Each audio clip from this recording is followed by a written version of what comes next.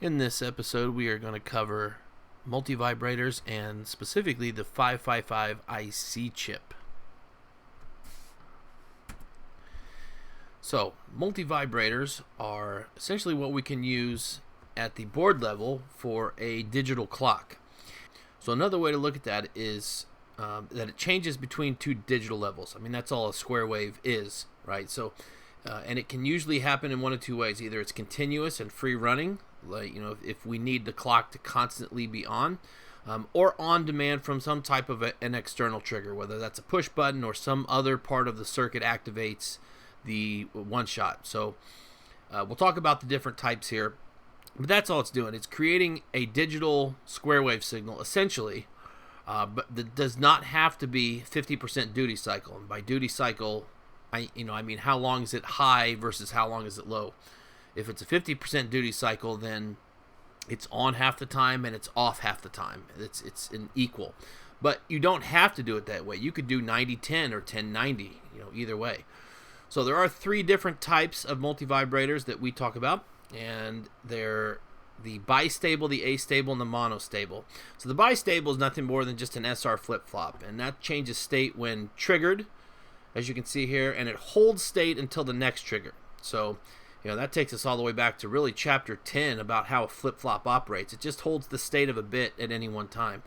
And so in the bistable mode, it's not like a JK flip-flop where you can put it in toggle mode, but it does change state when triggered and holds until the next trigger. Okay, but we use the SR flip-flop to hold the current value of that signal.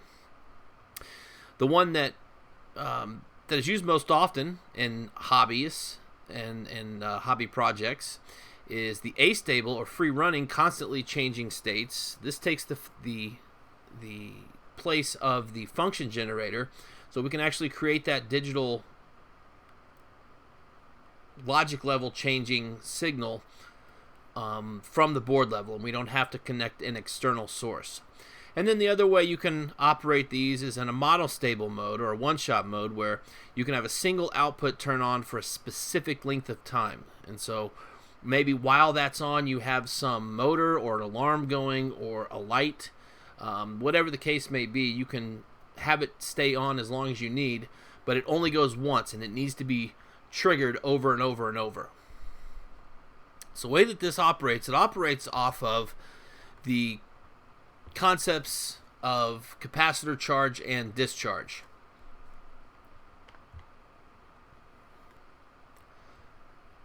So this should be a familiar circuit where we have a resistor and a capacitor in a DC circuit.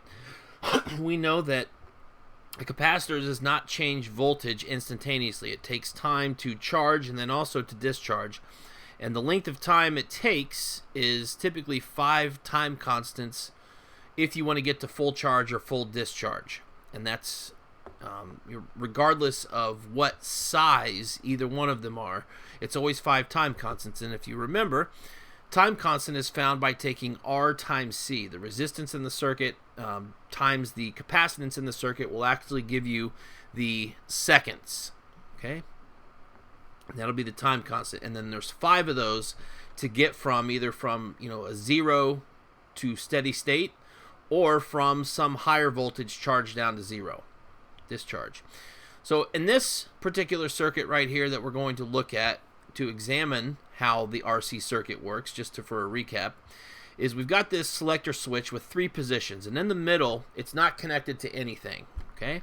But if it's connected to 1, this E, this voltage source, is going to charge this capacitor C, and how quickly that happens will be determined by the value of R and C, right? But that's all it's going to do. It's going to charge, and all the voltage initially is going to be on the resistor, and then it's going to transfer to the capacitor over 5 time constants. Once that happens, there is no current in the circuit because all of the voltage is on the capacitor and none of it is on the resistor. So if you have no voltage on a resistor, then when V equals I times R, you have no current. So but once it charges to the value of the source, again, this node is going to be potential A, and this node voltage will now be charged to potential A as well. So that's why you have a 0 volt drop across the resistor. So anyway, once it's charged up, you could then put this switch over onto 3, and even though there's not a voltage source in this discharge path, it will still generate a current. So again, the voltage does not instantaneously change on the capacitor. So in this discharge path, you can see that it's going to exponentially decay down to 0. Right? So as it's charging, this is the voltage on the cap. Notice this is voltage on the cap versus time. So initially, in position 1, it charges up to that full voltage, and then we can put it on selector switch path 3 here, and then this will kind of spin itself out. So this will act almost like a small little voltage source briefly for as long as it takes to discharge through the resistor down to ground. And to recount the equation that we use in the way I teach circuits, I don't use delta V. I would use the voltage on the capacitor. And it's really the instantaneous voltage at any point in time t, right? Because RC is a static number. If you have an RC circuit, you know the R, you know the C. That we usually call tau. That's not going to change. So what changes in this circuit, or I'm sorry, in this equation, is t. So as you go through time, this exponent gets more negative and negative and negative. And so you can see that this is right here the growth function. So this is the charging function. Again, this is this one right here. We start at 0. If you look at this equation, if time is 0, this becomes 1, and then you have 1 minus 1, which the voltage on the cap is going to be 0. But at any point in time after that, in relation to the tau, or the time constant, you'll get the instantaneous voltage on that cap. And E is just the voltage of the source. And all of this is referenced to this particular circuit right here. So this goes through how you can transform the equation to get T by itself. Remember, if you're working with E, that's the natural log base, and so that's what constant we're using here. You don't have to go through this transformation, but you may need to know this final equation down here. So you may be asked a question like the following. So it says the capacitor in 14.2 is initially discharged, and by the way, this is in your Kleitz book. Determine the voltage on the capacitor 0.5 milliseconds or 500 microseconds after the switch is moved from position 2 to position 1. So initially it's uncharged. We're at voltage on the capacitor equals 0 at time equals 0. So initially, the first thing that happens is we go to switch 1, or I'm sorry, we go from switch 2 to switch 1, and it's saying after 0.5 milliseconds, what's the voltage on the cap? So this is a circuits, intro to circuits class problem, right? When we talk about RC circuits with DC sources. So we just use this equation. The total voltage in the circuit is 5 volts. Multiply that times 1 minus e to the negative 0.5 milliseconds, because that's what point in time we're after, over the, they don't have it calculated out here, but it would be 10K times 47 micro, which is what, 4.8-ish, something like that. So anyway, so multiply that together in the denominator, and they have the decimal here is negative 1.06, but you would just put this in your calculator and hit enter. You wouldn't have this extra step here. So anyway, that produces 0.345, and then you multiply that as essentially a percentage of 5, and you come up with 3.27 volts. So this should be all review for everyone in a digital applications class in terms of knowing how an RC circuit works. Okay, because we're going to exploit this in terms of how long the 555 timer is going to stay on, and then how long it's going to stay off. And so those two time measurements are going to construct the period of our signal. And we could if we want to set it at 50 and 50% duty cycle, but we can change it to whatever we want, and we'll look at that here shortly. So what if we go the other way? What if we say, okay, at what point in time, after the switch is moved again, will it take for the capacitor to reach 3 volts? So now you're wanting to know what point in time a certain voltage is going to occur. Whereas here we were looking for the voltage at a certain point in time. Now we're switching it around. And so that's where that, transformed equation is going to be useful because it sets up a plug and chug situation here, right? And so it happens at 431 microseconds or 0.431 milliseconds. Okay, so those are easy questions to ask for this chapter. So let's go ahead and talk about the astable multivibrator, because you don't just have to buy a 555 timer to accomplish this signal or to get this signal in your circuit. If you had a 74 HC14, it's got Schmidt inverters on it. It's got 6 of them. That's why this says 1/6. You're only using 1 gate off that chip. So it's just a simple, as this Schmidt trigger inverts, it's going to have an output signal here that gets fed back through a resistor to a capacitor. Okay, so if that happens, that means that there's a low here. If there's a low on the input, that's going to produce a high out here. That high is then used on this charge path to charge this capacitor up to 5 volts. When that happens, that means you have now a high. There's an input threshold here, voltage input threshold. Once that has been achieved, this is going to invert back to a 0, and then in which case the capacitor will discharge back through the resistor and down into ground. Okay? Because remember, these outputs are either sinking or sourcing current. And so in this case, it would be sourcing it to charge, and then when it discharges, it comes back and grounds it. And this is what the signal looks like with a Schmidt inverter-based oscillator. Okay, so you can see here, it gets up to the total and then comes back here. So it's got this seesaw or shark fin look to it, right? But when you send that through the Schmidt inverter, because remember, this is an exponential growth and an exponential decay. So it's got a natural convexity or concavity to it, depending on if it's charging or discharging.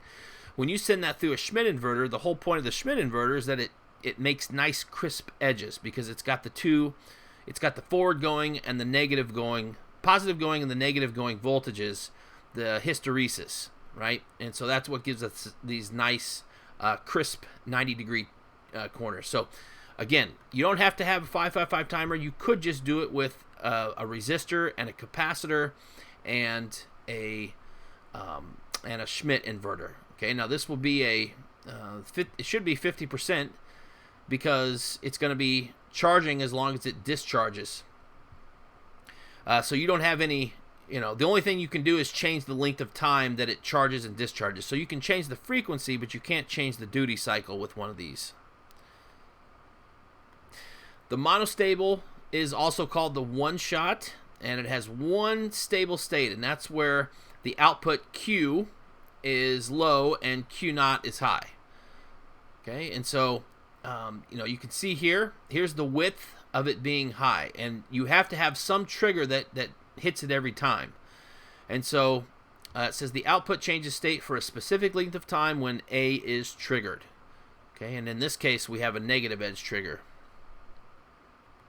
So here's one built strictly from analog components with a resistor and capacitor. Again, we're exploiting the charging and discharging of the capacitor, and we're sending this output signal as the input through this NAND gate, and so that gets NANDed with this trigger, and so it's going to only let it, while there's a 1-0 on the input. Remember, ANDed together gives you a 0, and then it gets inverted to a 1.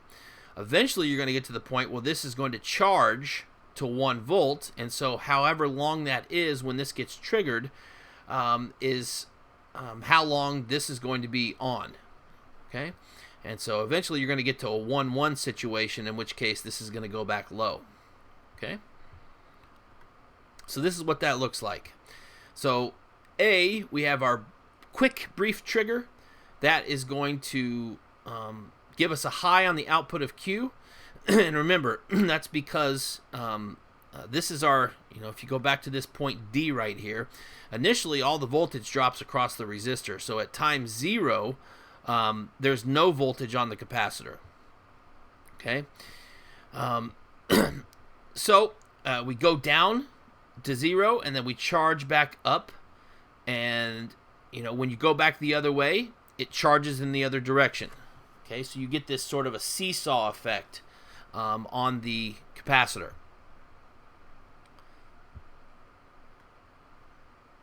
So there are other IC chips that you can use, and they have a little bit different timing mechanism, but they're still exploiting the RC time constant. So this one is non-retriggerable. In other words, you cannot trigger it once it has started. And by that I mean you can see how long the pulse is right here. It doesn't matter when A hits, but this pulse is the same length no matter what, right? So if you trigger it here and it starts the pulse, what happens if it gets triggered again here? Okay, non-retriggerable means it is going to do this first and foremost no matter what. And if anything else happens between here and here, it won't recognize that input. Once this pulse has been finished, and then you hit A again, as it is over here, then it will do another pulse. But you cannot re-trigger once it has been triggered until it completes its cycle. Okay, so 2 active low trigger inputs, 1 active high trigger input, so it just depends on which situation works best for you. And then the width of the pulse is determined by this equation. So that's how you would determine what your R and C values would be for this type of an IC chip.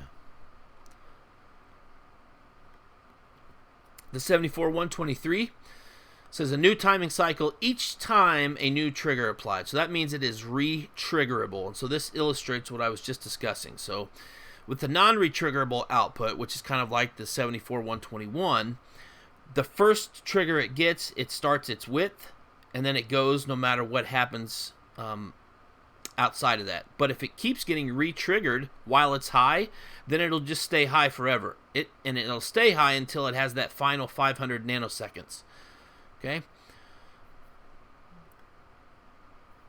So the 74123, this is a dual multivibrator, and it's got a couple other things going on that the 121 does not have.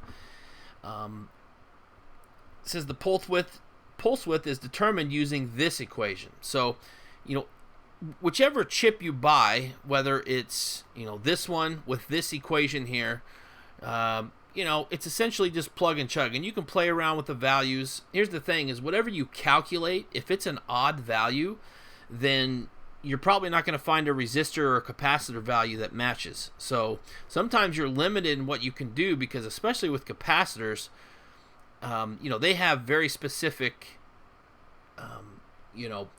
values that they're made in mass quantities in. Same thing with resistors. So you try to come up with a combination, and you may have to put capacitors in parallel or in series. So remember, the RC is just the total resistance and the total capacitance in that series circuit, or on that branch or whatever. So you could have multiple resistors in there, and you could have them in a series parallel combination if you needed to get your total resistance the way you want it, and you could do the same thing with the capacitors.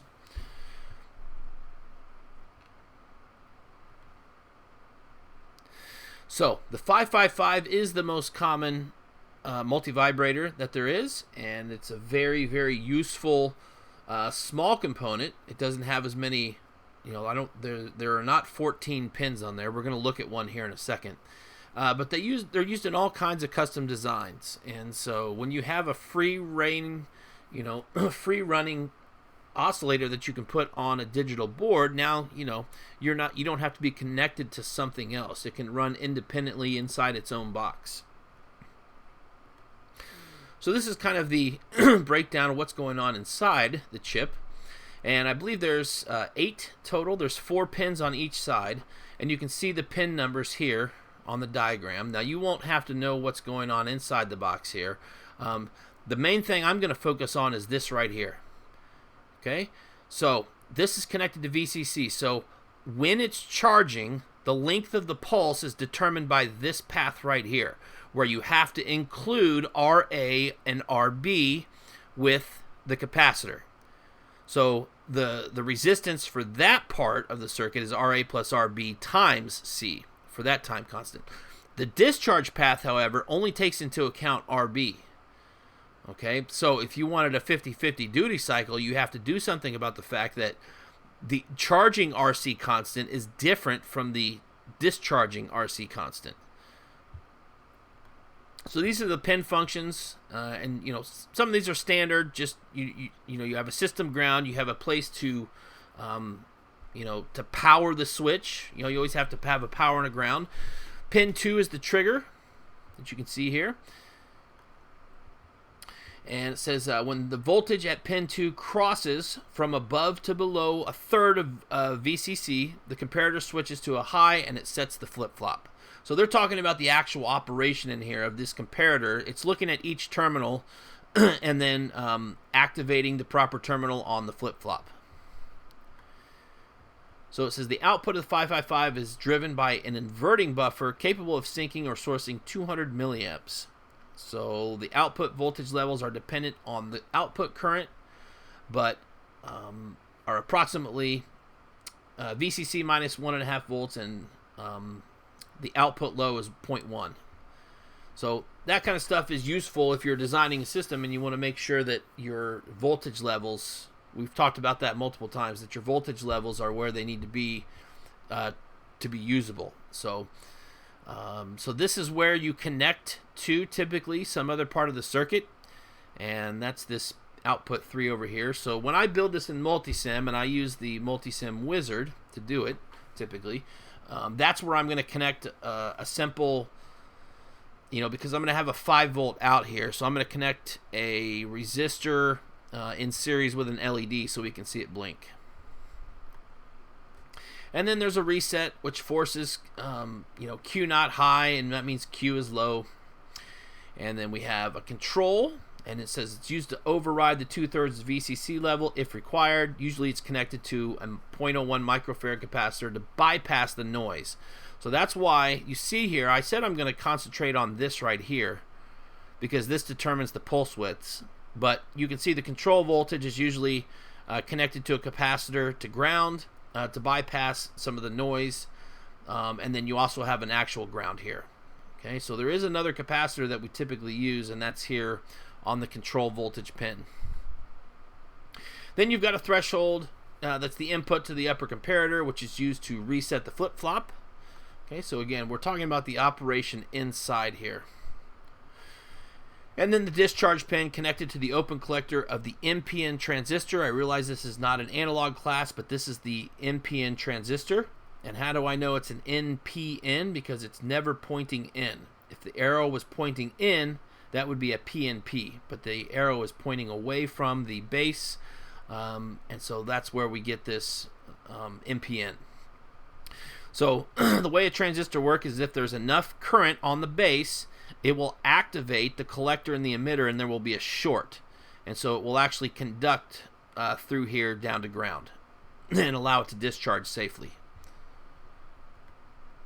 So here are the low and the high for the 555 timer. So here are your two equations. So if you want to use one, these are the two that you should use. So you can see here, if you wanted a 50% duty cycle, you can't just set RA and RB equal to each other. Okay, because this one's going to be longer than this one. So here we go. Here's the discharge time constant, and then you have the, the charge time constant, and then the discharge time constant. You can see here. And so again, those are determined by this RC and this RC.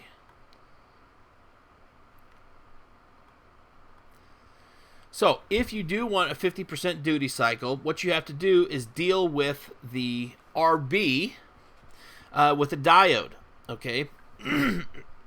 So the answer is ultimately to set RA equal to RB, but you have to short out RB with a diode when it's on the charging path, okay? It says then the high is 0.693 times RAC, and the low is 0.693 RBC. But RA equals RB in that case, so those are interchangeable. I could have made those both RACs if I wanted to, or RBCs, because they're the same value. So that's what happens right here. So all we're doing is in parallel with this, in the charging path, right, because we want it to conduct this way down to the capacitor.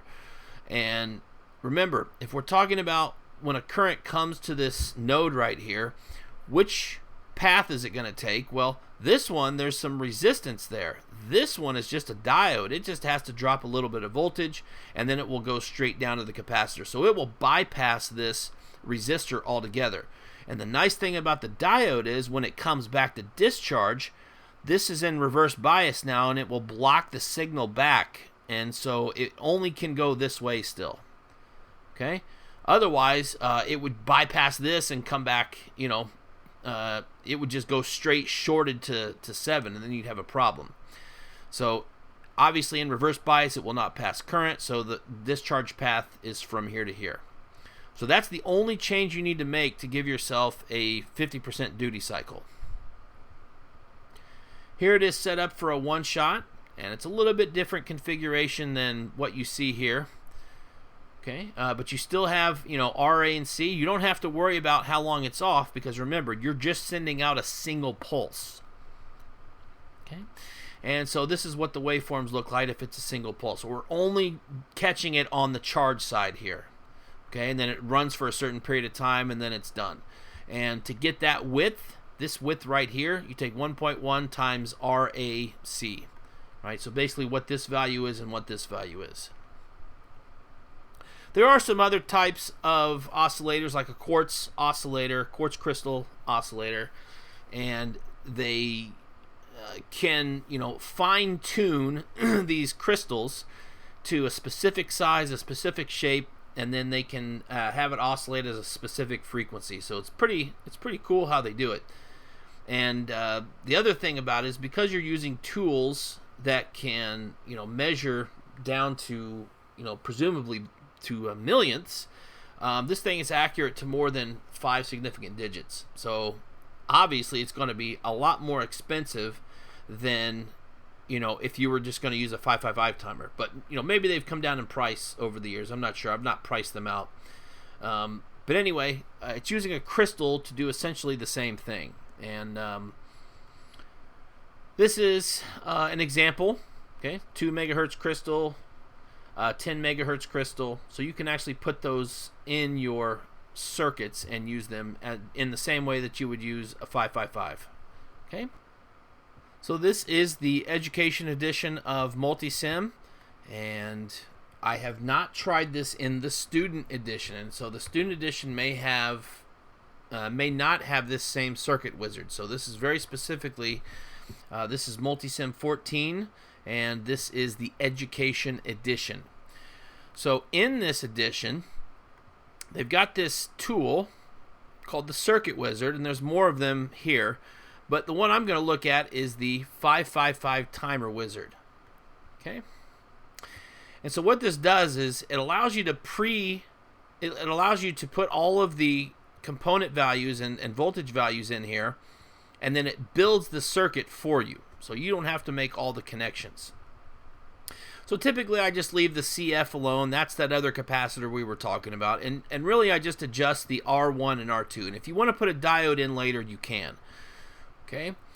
So let's try to determine something that's going to look good when we are looking at this blinking a light. I don't want it to be too fast because then we won't be able to see it flicker. So I want it to be something that we can do that's measurable, and then we can see with our eyes. So for the first part of this, while it's charging, I've come up with 1,000 times 3,000 times 1.2 microfarad. So that's going to be the value of our resistor. So a 1K, a 3K, and a 1.2 micro. And just build the circuit, and then change the value later.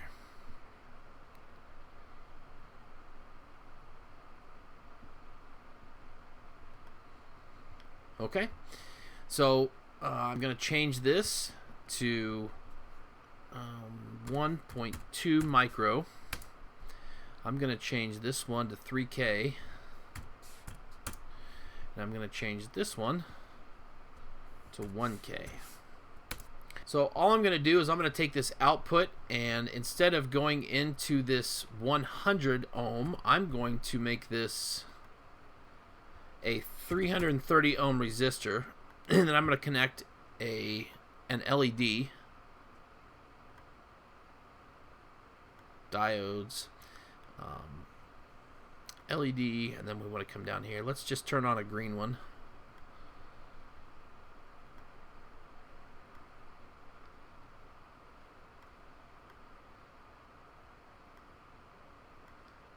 Now, I may also need to adjust my VCC because I only want 5 volts out here, so let's see what happens.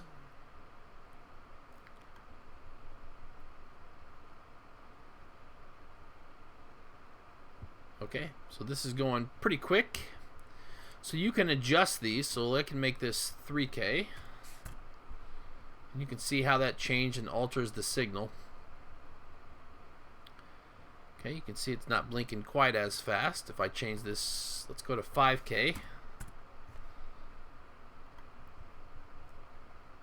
And then run it again. And so I can keep doing this. I can make this 5K also. Keep making the whole thing longer. Okay.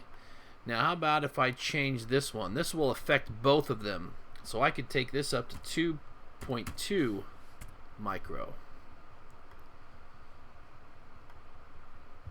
And there we have slowed it down a little bit more.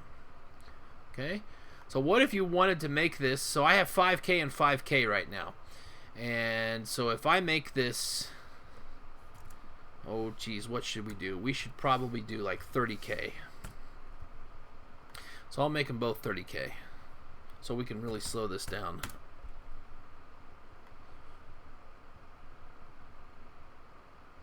Okay. You can see it's on longer than it's off because the discharge path is only using this 60. So the on time is obviously twice as long as the off time. So I can come up here to place, component, diodes. I just want just a straight virtual diode here. I don't want any specific. If you choose this diode, then you have to choose one of the actual values. And they have all of the data specifications loaded in. You just want a virtual diode like this.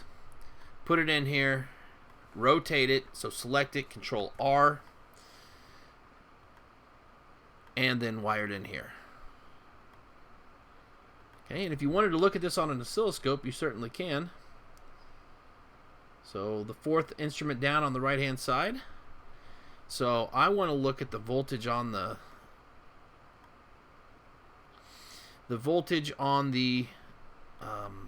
LED here. So let's see what's happening with it.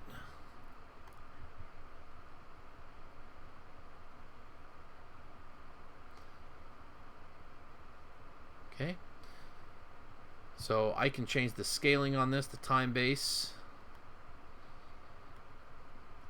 Okay, so you can see it's making a very slow square wave, but you can see that it's on for 50% of the time and it's off 50% of the time. Okay, so if I come down here and I get rid of this and remove it from the circuit and then run it again, you can see the difference this time. Now here's the on time.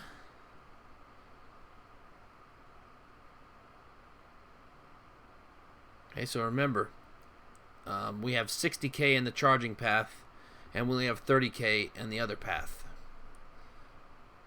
Okay, so you can see here, ignore this front part out here, but you can see here this is about, well, it is exactly, you could fit 2 of these underneath this, and you could fit 2 of these underneath this. So you can see it's on for most of the time and then it goes off. Okay, so it just depends on what kind of signal that you want. You can change the duty cycle on it, you know, any number of ways using these combinations. Okay, all right, thanks for watching.